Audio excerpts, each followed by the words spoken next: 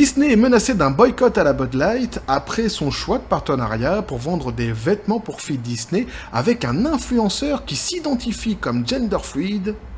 On voit ça ensemble.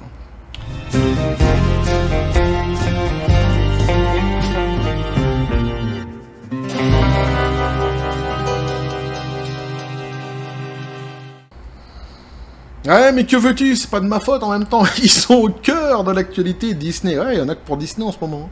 Petit café les copains. Et ici, bah, les mêmes causes produisant les mêmes effets. On a déjà vu l'affaire avec Bud Light. Ah, une affaire qui a d'ailleurs un boycott qui est toujours en cours avec Bud Light. Hein. La société Bud Light, Anheuser-Busch, est en train franchement de payer très très cher ses choix idéologiques du passé. Et ici, eh bien, comme je disais, les mêmes causes produisant les mêmes effets.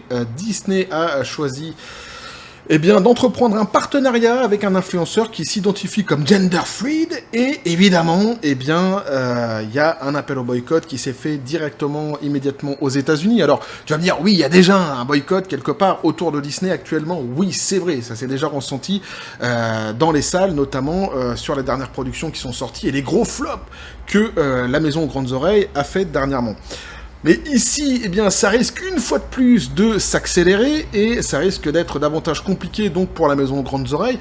Et c'est pour ça que je disais dans la précédente vidéo, voyez-vous que Iger, lui, en fait, il n'a pas du tout abandonné l'idée de son idéologie. Il est à bloc dedans. C'est-à-dire qu'en plus, je pense que, là je ne fais que supputer, mais j'ai l'impression qu'en réalité, même s'il se rend compte sans doute, hein, parce qu'il faut être vraiment aveugle pour pas s'en rendre compte, qu'il va droit dans le mur, il a du mal en fait à accepter cet état de fait, parce que sans quoi ce serait accepter en réalité son échec complet, puisque c'est lui, hein, l'instigateur justement de tout cela chez Disney, avant qu'il parte en retraite, et puis après quand il est revenu de sa retraite.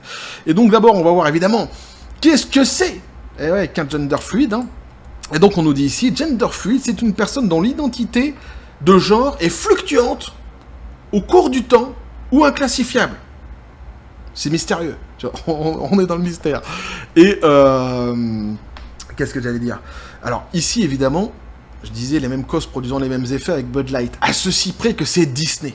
Et oui, et Disney, ça n'a échappé à personne quand même, que normalement c'est une société qui s'adresse principalement aux enfants. Pas que, hein, on est d'accord, pas que, mais tout de même principalement aux enfants. Dans son essence, en tous les cas, à la base, c'est ça, Disney, et jusqu'à aujourd'hui, même encore, hein, principalement, c'est un monde de rêve, normalement, qui est proposé aux enfants. Évidemment, ça agace davantage les parents, cette histoire d'influenceurs gender fluid. Et donc on nous dit Disney est menacé d'un boycott de style Bud Light pour avoir embauché l'influenceur de genre Sean Altman. Les utilisateurs des médias sociaux se sont engagés à ne jamais donner un centime de plus à Disney après que la société s'est associée à un TikToker gender fluid pour promouvoir des vêtements pour filles. Une décision que beaucoup comparent au partenariat désastreux de Bud Light avec Dylan Mulvaney. Pour ceux qui n'ont pas suivi le délire Dylan Mulvaney, j'ai fait des vidéos là-dessus, hein. N'hésitez surtout pas pour essayer de bien comprendre vraiment tout ce qui est en train de se passer. Alors, Sean Altman, qui s'habille parfois en femme, mais utilise des pronoms il, lui, a publié un article sponsorisé pour le compte de Disney Style, TikTok, montrant comment il créait un look inspiré de Minnie Mouse. Et donc, lui, il nous dit ici, hein, c'est donc Sean qui parle, je ressemble littéralement à Minnie Mouse, et je m'intègre parfaitement avec Mickey et ses amis, a-t-il déclaré sur la vidéo qui le montrait en train de s'habiller. Le nœud avec la robe et les chaussures ont vraiment scellé l'affaire. Maintenant, je suis à la mode, audacieuse, amusante, tout comme Minnie Mouse. Voilà. Ça, c'est évidemment ce que Sean nous racontait. Les parents ont rapidement répondu, avec rage à l'annonce, beaucoup déclarant qu'ils ne feraient en conséquence aucune affaire avec l'entreprise et demandant aux autres de suivre. On nous dit ici entre guillemets, Disney pense que les parents et les enfants sont vraiment stupides et aussi diaboliques que eux, a déclaré une personne sur Twitter, Linda Marie Lovison. Parents, supprimez tout Disney de la vie de votre famille. Alors ici, par exemple, vous avez justement une petite photo de Sean, hein, qui nous présente effectivement donc une tenue Minnie Mouse. Bon. Alors Sean d'un jour, Sean d'un autre jour, puisque comme il est gender fluid, hein, il est, comme on a vu hein, dans la définition, c'est bon. À un moment, il est ça, et à un autre moment, il est autre chose. Et alors, ici, vous avez donc la fameuse publicité comme ça qu'il a mis sur TikTok, hein. Pour ceux qui veulent se faire plaisir et aller voir le truc en détail, n'hésitez surtout pas. Je mettrai de toute façon, comme toujours, le lien du site dans la description des vidéos. Un parent a tweeté: j'économise depuis 2 ans pour un voyage avec ma fille à Disney World. J'espérais qu'il reviendrait à la raison sur cette merde, mais il n'en montre aucun signe. Croisière aux Caraïbes, nous voilà! Je peux me permettre ça plus facilement de toute façon. Un deuxième a déclaré: je suis un parent de jeunes enfants qui est fier de dire non. Je ne dépenserai pas 10 000 $ au moins pour emmener ma fille dans un voyage habituel à Disneyland pour enrichir ce géant sans cœur mondialiste woke qui me donne la nausée, méga corporation. Un troisième a averti: parents, il est temps de sevrer vos enfants de Disney. Ils utilisent un homme adulte pour vendre des vêtements aux petites filles. L'homme fluide dit qu'il est une fille un jour et un homme d'autres jours. Disney endoctrine vos enfants. Mais oui, mais en même temps, oui. De toute façon, oui. Clairement, puisque comme j'ai dit, de toute façon, cette marque-ci, à la base, Disney, principalement, c'est pour les enfants. Donc effectivement, ici, les messages d'orientation sexuelle, à la base, n'ont absolument rien à faire dans les messages publicitaires de Disney. C'est tout, c'est aussi simple que ça. Évidemment que ça énerve les parents. C'est une évidence. Comme j'ai dit de toute façon dans d'autres vidéos, il ne faut pas toucher aux enfants. C'est tout, c'est aussi simple que ça. Un grand-père a également pesé sur Twitter. Je dirais cela tous les jours, pendant l'éternité. Pour l'éternité, Disney est dangereux pour les enfants. Mes petits-enfants ne mettront jamais les pieds sur une propriété Disney ou ne regarderont pas les divertissements Disney. On ne peut pas leur faire confiance avec des enfants. Beaucoup comparent les appels au boycott aux conséquences du partenariat désormais tristement célèbre de Bud Light avec le TikToker Mulvaney, qui a déclenché un boycott qui a effacé plus de 27 milliards de dollars de valeur marchande de la marque. T'imagines s'il arrive ça à Disney? Déjà qu'ils sont en train de perdre, mais gros, ces derniers temps, justement, à cause de l'idéologie woke. T'imagines si ici, ce qui est en train de se passer, en fait, réellement, ça conduit à un boycott de l'ampleur de Bud Light. Bob Iger, ça risque d'être tendu quand même. Hein. Cassandra McDonald, rédactrice en chef des médias en ligne conservateurs Timcast News, a déclaré que Disney n'avait clairement rien appris du fiasco Bud Light. Un autre utilisateur de Twitter a déclaré: Disney va full Bud Light et vous n'allez jamais vous en remettre comme Bud Light. Mais je pense pas en fait qu'ils n'ont pas retenu les erreurs du passé. Je pense réellement que ça vient de Bob Iger tout ça. Je pense que c'est lui vraiment qui est dans son délire et il ne veut absolument pas accepter sa défaite. Pas du tout. Il veut passer en force. Ouais, je le pense vraiment. C'est mon avis. Hein. La promotion de Disney Style, qui fait la publicité de vêtements et d'accessoires de la gamme Disney, a vu Altman commencer par dire qu'il regarderait le groupe d'amis le plus emblématique et se plongerait dans la famille de Mickey Mouse. Altman, qui compte plus de 700 000 abonnés sur TikTok et plus de 157 000 sur Instagram. Il nous dit donc: je m'habille, je fais des petites retouches et je chante parfois, a-t-il écrit sur sa biographie Instagram. On s'en fout. Sur YouTube, il a déclaré: j'adore la mode et je pense que les gens devraient pouvoir porter ce qu'ils veulent en fonction de ce qu'ils ressentent, sans restriction. Pareil, on s'en fout.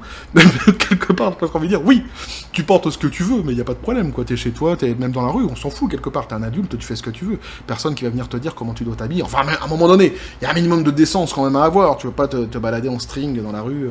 Il y en a qui le font, il y en a qui ont essayé aussi. Hein. Mais bon, quand même, quoi, vous m'aurez compris. Je m'habille comme je me sens un certain jour. Ce que je porte reflète ce que je ressens ce jour-là, a-t-il déclaré dans Serving Magazine. Mais tu te rends compte quand même qu'on interviewe des gens pour qu'ils nous disent ça, quoi.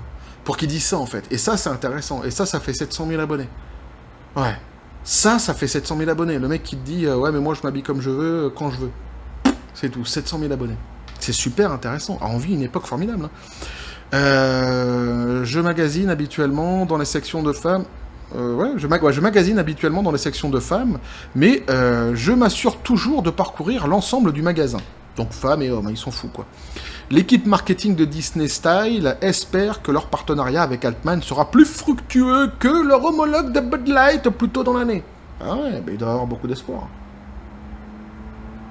Alors les gens ils disent parfois, si les gens ils disent, l'adage dit l'espoir fait vivre. Faire attention parce que parfois l'espoir Bud Light. On peut pas dire l'espoir peut tuer. Non, ça serait pas gentil de dire ça. Il y a le pendant, en fait. D'un côté, t'as l'espoir fait vivre, et puis t'as le pendant de l'espoir fait vivre, c'est l'espoir Bud Light. Ça veut tout dire. Donc, plutôt cette année. Donc, c'était la bière la plus populaire en Amérique depuis plus de 2 décennies. Ah, c'était. Ah ouais. Mais en avril, la marque a lancé une promotion mettant en vedette l'influenceur transgenre Dylan Mulvaney, déclenchant un énorme boycott. Il a reçu une canette spécialisée pour célébrer 365 jours d'être une fille, l'expression qu'il a utilisée pour décrire sa transition d'homme à femme. Anheuser-Busch InBev, la société mère de la marque, a perdu dans la foulée, directement après en fait cette publication, cette publicité, ils ont perdu 390 millions de dollars de ventes aux États-Unis à la suite de cela. Le plus grand brasseur du monde dont les ventes aux détaillants américains avaient plongé de 14%, ajoutant qu'il avait sous-performé l'industrie. Alors c'était lui, Dylan Mulvaney. Pour ceux qui n'ont pas suivi le délire, pareil, j'ai fait des vidéos là-dessus. Dans un communiqué, la société a attribué la baisse des ventes au contre-coup auquel elle a été confrontée par son partenariat avec Mulvaney. Au début, vous voulez pas le reconnaître. Ah, du tout, non, tout va bien, c'est pas ça, circuler, il n'y a rien à voir. Puis au bout d'un moment, t'as les milliards qui tombent. Combien on est? 5 milliards 10 15 20 Puis maintenant, ils sont quasiment à 30 milliards de pertes. Donc ils reconnaissent. Si, c'est Mulvaney. Ça n'a pas fonctionné. La décision de Disney est également intervenue peu de temps avant que Walt Disney ne signale mercredi une perte rare mais importante dans ses dépôts au 3e trimestre, alors que la marque Walk a perdu 460 millions de dollars tandis que les visites de Disney World ralentissaient. De plus, la société a annoncé qu'elle augmentait les prix de son abonnement Disney Plus en publicité à 13,99 $ par mois et prévoit de lancer un duo premium comprenant Hulu sans publicité pour 19,99 $. La hausse des prix représente un bond de 27% par rapport au coût actuel de 10,99 $ et elle rentrera en vigueur le 12 octobre. Ah ouais, la stratégie Bob Iger. Toujours dans l'enfilage. Aucun problème. Aucune douleur, c'est Bob Iger. Ah ouais. Bon, bref, on va revenir ici sur le sujet. Évidemment, donc, ici, c'est ce qui devait arriver. Il y a pas vraiment de surprise là-dedans. C'est-à-dire qu'ils font venir un influenceur qui s'identifie gender fluid pour vendre des vêtements Disney style. Évidemment, donc, d'une marque qui, à la base, normalement, s'adresse en plus principalement, comme j'ai dit, aux enfants. Oui, je sais pas que, mais tout de même principalement aux enfants, avec le passé en plus de Disney, tout ce qu'ils ont fait, les productions woke, leur capacité, ou plutôt leur volonté à vouloir systématiquement parler d'orientation sexuelle avec les enfants. On les ont fait passer dernièrement pour cette espèce de camionnette, tu sais, qui passe comme ça dans les quartiers et qui vend des glaces, et des prédateurs tout simplement, qui essayent de rabattre comme ça les enfants pour les emmener. Ça vient pas de moi, cette image-ci, on l'avait déjà lu justement dans une précédente vidéo. C'était des personnes justement qui étaient venues comme ça sur des analystes, qui avaient fait cette analyse-là sur des articles qu'on avait pu lire. Donc c'est vrai que maintenant, arriver au bout du bout avec cette publicité-là, après justement aussi les chiffres qui sont sortis du dernier trimestre, qui sont assez accablants pour l'entreprise, c'est se tirer vraiment une balle dans le pied. Je trouve ça de toute façon, moi à la base, mon avis personnel, je trouve ça dégueulasse, je l'ai déjà dit de toute façon, parce que le souci en fait, c'est que c'est Disney. Voilà. Le souci, c'est qu'ici, comme j'ai dit, c'est une marque qui s'adresse principalement aux enfants. Et une fois de plus, en fait, on peut essayer de faire des blabla. Oui, mais tu sais, alors il y a des gens, il y a de tout âge, il y a machin, les statistiques, on s'en fout, quoi, en fait. La marque, à la base, c'est une marque de divertissement qui est faite à la base pour les enfants. Et qui, aujourd'hui, encore survit principalement grâce aux enfants.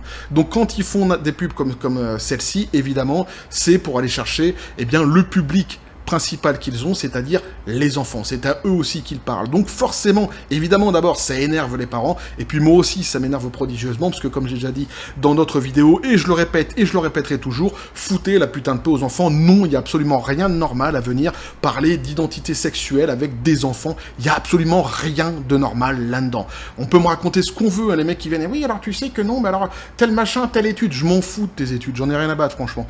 Ouais, mais voilà, ça m'énerve une fois de plus. On fout la paix aux enfants, point final. Voilà. Les trucs d'adultes, ça reste avec les adultes, à la limite avec les adolescents, etc., quand il faut parler des questions qui les intéressent, là où ils commencent à s'interroger, tout ça. Mais les enfants les plus petits, foutez-leur la paix. Et tant que de toute façon vous ne le ferez pas, vous aurez toujours en face de vous des parents qui viendront et qui vous le feront comprendre. Ce fut le cas pour d'autres marques par le passé, qui ont subi justement certains boycotts. C'est une fois de plus ici le cas avec donc Disney et les parents qui s'énervent, et c'est une évidence. C'est une évidence. Et ceux qui veulent pas comprendre ça, bah, à un moment donné, je sais pas, allez vous faire soigner, quoi. Allez vous faire soigner. Si vraiment c'est dans votre psyché de vouloir obligatoirement parler de sexualité avec les enfants, franchement, allez vous faire soigner. Voilà, c'est la seule chose que je peux vous dire. Enfin, en tous les cas, c'est mon avis, et je pense que j'essaie en tous les cas d'être le plus tempéré, le plus mesuré possible, parce que moi ça m'énerve prodigieusement. Donc ici, de toute façon, eh bien, comme je l'ai dit, hein, les mêmes causes produisent les mêmes effets, on verra exactement ce qui va se passer, mais effectivement, si le boycott prend l'ampleur de Bud Light, ça risque d'être très compliqué pour Disney, qui est déjà dans une situation accablante actuellement, et pour le coup, ici, ça sera à mon avis un coup fatal, sans doute pour Bob Iger et pour la maison Grandes Oreilles. Et je sais même pas si ils mesurent vraiment l'ampleur de ce qui peut se passer à cause de ce genre de publicité-là. On verra, hein, effectivement, mais normalement, quand ça commence comme ça aux États-Unis, ils plaisantent de moins en moins avec ça. Les gens en ont marre. Les gens en ont marre, hein, clairement. Ils ont compris qu'en plus, le boycott, quand il est tenu, eh bien, ça fonctionne. Les entreprises plient. Eh ouais, donc c'est compliqué. Donc voilà ce que je pouvais vous dire là-dessus, les copains. N'hésitez pas à me dire ce que vous en pensez dans les commentaires, à vous abonner si le contenu vous a plu, activer la petite cloche pour les prochaines notifications, les prochaines vidéos qui vont arriver, à balancer un like, à partager la vidéo. Vous avez mon Twitter et mon Facebook et le Discord de la chaîne qui sont dans la description des vidéos. N'hésitez pas à venir et à basculer du côté de la force absurde des réseaux sociaux. Sur ce, les copains, je vous dis comme toujours, à la John Spartan. Et félicité. Et puis on va continuer à suivre la dégringolade ultime, maintenant de Disney, évidemment, parce que tout cela est fort intéressant. Bref, et que la force soit avec vous.